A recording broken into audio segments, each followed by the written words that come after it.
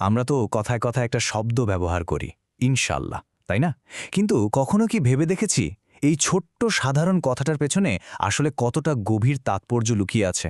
আজ আমরা কোরআনের দুটো অসাধারণ ঘটনা থেকে জানব এই একটা শব্দের শক্তি ঠিক কতটা। ইনশাআল্লাহ এর সোজা মানে হল যদি আল্লাহ চান। এটা কিন্তু শুধু একটা ভদ্রতার খাতিরে বলা কথা নয়, বরং এটা আমাদের বিশ্বাস আর বিনয়ের একটা মৌলিক ঘোষণা। এর মাধ্যমে আমরা আসলে মেনে নিচ্ছি যে হ্যাঁ, আমরা মানুষরা পরিকল্পনা করি বটে, কিন্তু শেষ পর্যন্ত ফলাফল কি হবে তা তো কেবল আল্লাহ হাতেই। কিন্তু প্রশ্ন হলো, এই একটা কথা ভুলে যাওয়ার পরিণাম এতটাই গুরুতর হতে পারে? কেন এই ছোট্ট একটা শব্দের অনুপস্থিতি এত বড় ঐশী সিদ্ধান্তের কারণ হতে পারে? চলুন প্রথম গল্পটা দিয়েই শুরু করা যাক। আমাদের প্রথম ঘটনাটা এসেছে সূরা আল কাহফ থেকে, আর এই শিক্ষাটা এতটাই গুরুত্বপূর্ণ ছিল যে এটা সরাসরি আমাদের নবী মোহাম্মদ সাল্লাল্লাহু আলাইহি ওয়াসাল্লামকে শেখানো হয়েছিল। ভাবুন একবার, মক্কার কুরাইশেরা নবীজি নবুয়াতকে চ্যালেঞ্জ করে বসেছে। তারা তাকে পরীক্ষা করার জন্য ৩টা ভীষণ কঠিন প্রশ্ন করল। পরিস্থিতিটা বেশ উত্তেজনার, তার জন্য এটা ছিল একটা বিরাট চ্যালেঞ্জ। নবীজি খুব আত্মবিশ্বাসের সাথে উত্তর দিলেন, আমি আগামীকাল তোমাদের উত্তর দেব। কিন্তু এই প্রতিশ্রুতির মধ্যে একটা খুব জরুরি কথা বলতে তিনি ভুলে গিয়েছিলেন, ইনশাআল্লাহ। আর এরপর যা ঘটল তা ছিল একদম অবাক করার মতো। প্রথম দিন গেল, কোনো বহি এলো না। ৫ দিন কেটে গেল, তখনও সব চুপচাপ। ১০ম দিনে তো শত্রুরা হাসাহাসি ঠাট্টা বিদ্রুপ শুরু করে দিল।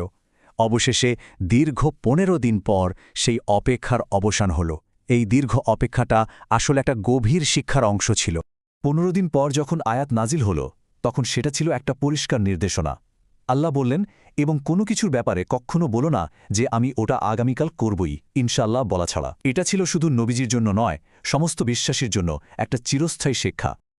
তাহলে এই অসাধারণ ঘটনা থেকে আমরা কি শিখলাম? প্রথমত, ভবিষ্যতের জ্ঞান একমাত্র আল্লাহর কাছেই আছে। দ্বিতীয়ত, ইনশাল্লাহ বলাটা কোনো সাধারণ কথা নয়, এটা কোরআনের একটা মূল নীতি। আর তৃতীয়ত, এটা বিনয়ের এক বিরাট শিক্ষা, এমনকি আল্লাহর নবীর জন্যেও। আচ্ছা, এটা তো গেল নবুয়াতের ঘটনা, কিন্তু আমাদের সাধারণ পার্থিব জীবনে এর প্রভাবটা কেমন? চলুন এবার সূরা আল কালামের একটা ঘটনা দেখি, যেটা সম্পদ আর লোভকে কেন্দ্র করে। গল্পটা হলো এক আল্লাভীরু বাবাকে নিয়ে, যিনি তার বাগানের ফসলের একটা অংশ সবসময় গরিব দুঃখীদের মধ্যে বিলিয়ে দিতেন। কিন্তু তার মৃত্যুর পর তার লোভী ছেলেরা ঠিক করল তারা সব ফসল নিজেদের জন্য রেখে দেবে, কাউকে এক কণাও দেবে না। এখানেই নৈতিকতার একটা বিরাট পার্থক্য চোখে পড়ে, তাই না? তো ছেলেরা একটা গোপন পরিকল্পনা করল। তারা নিজেদের মধ্যে শপথ করল যে একদম ভোর হওয়ার আগেই চুপি চুপি বাগানে যাবে আর গিয়ে সব ফসল কেটে ফেলবে, যাতে কোনো গরিব মানুষ তাদের ভাগের জন্য আসতেই না পারে। তাদের পরিকল্পনাটা ছিল নিখুঁত, কিন্তু অহংকারে ভরা। আর নিজেদের পরিকল্পনার উপর এতই ভরসা ছিল যে তারা সেই একই মারাত্মক ভুলটা করে বসল। তারা তাদের পরিকল্পনার সাথে ইনশাল্লাহ কথাটা যোগ করেনি। আল্লাহকে তারা বেমালুম ভুলে গিয়েছিল। এরপর কি হল? ঠিক সেই রাতেই যখন তারা আরামে ঘুমাচ্ছিল, আল্লাহর পক্ষ থেকে এক বিপর্যয় এসে তাদের পুরো বাগানটার ওপর দিয়ে বয়ে গেল, আর কিচ্ছু বাকি রাখল না। সকালে উঠে তারা যা দেখল তা অবিশ্বাস্য। তাদের সেই সবুজ ফলে ভরা বাগানটা স্রেফ পুরে কালো ছাই হয়ে গেছে। তাদের সব সম্পদ, সব অহংকার এক রাতেই শেষ। নিজেদের বাগানের এই ধ্বংসযজ্ঞ দেখে তাদের হুঁশ ফিরল। তারা অনুতপ্ত হয়ে বলতে লাগল, হায়, আমরা তো বঞ্চিত হয়েছি। আসলে আমরাই তো ভুল করেছিলাম, আমরাই তো অপরাধী ছিলাম। তো আমরা দুটো একদম আলাদা ঘটনা দেখলাম। এখন প্রশ্ন হলো, এই দুটোর মধ্যে আসল যোগসূত্রটা কোথায়?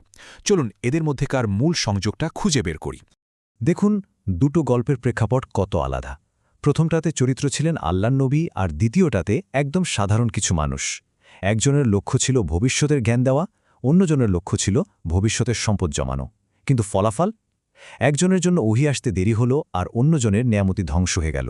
মূল শিক্ষাটা কিন্তু দুটো ক্ষেত্রেই এক: পরিকল্পনা করার সময় বিনয়ী হওয়া আর নেয়ামতের জন্য কৃতজ্ঞ থাকা। আর সবচেয়ে দারুণ ব্যাপার হলো, এই নীতিটা সবার জন্য প্রযোজ্য। এমনকি মহান বাদশাহ সুলাইমান আলাইহিসসালামও যখন ইনশাল্লাহ না বলে ১০০ পুত্র সন্তানের পরিকল্পনা করেছিলেন, তাকেও এই শিক্ষা দেওয়া হয়েছিল। তার মানে ক্ষমতা বা ধার্মিকতা কেউই এই নীতির ঊর্ধ্বে নয়। তাহলে এই প্রাচীন গল্পগুলো থেকে আমাদের আজকের এই দৈনন্দিন জীবনের জন্য কি শিক্ষা নেওয়ার আছে? চলুন দেখি বাস্তবে এই বিশ্বাসটা কিভাবে কাজ করে। ভাবুন তো, যখন কেউ বলে আমি এটা করবই, তার কথায় কেমন একটা আত্মনির্ভরশীলতা আর একটু হলেও অহংকারের ঝুঁকি থাকে, তাই না? কিন্তু যখন বলা হয় আমি এটা করার চেষ্টা করব ইনশাআল্লাহ, তখন তাতে নিজের প্রচেষ্টার স্বীকৃতিও থাকে, আবার আল্লাহর ইচ্ছার প্রতি সমর্পণও থাকে, আর এটাই বিনয়কে বাড়িয়ে তোলে। এই মানসিকতার কিন্তু অনেক বাস্তব সুবিধা আছে। এটা আমাদের পরিকল্পনায় বরকত নিয়ে আসে। কোনো কারণে ব্যর্থ হলে হতাশা আর উদ্বেগ কমে যায়, আবার সফল হলে মনে কৃতজ্ঞতা আর বিনয় তৈরি হয়।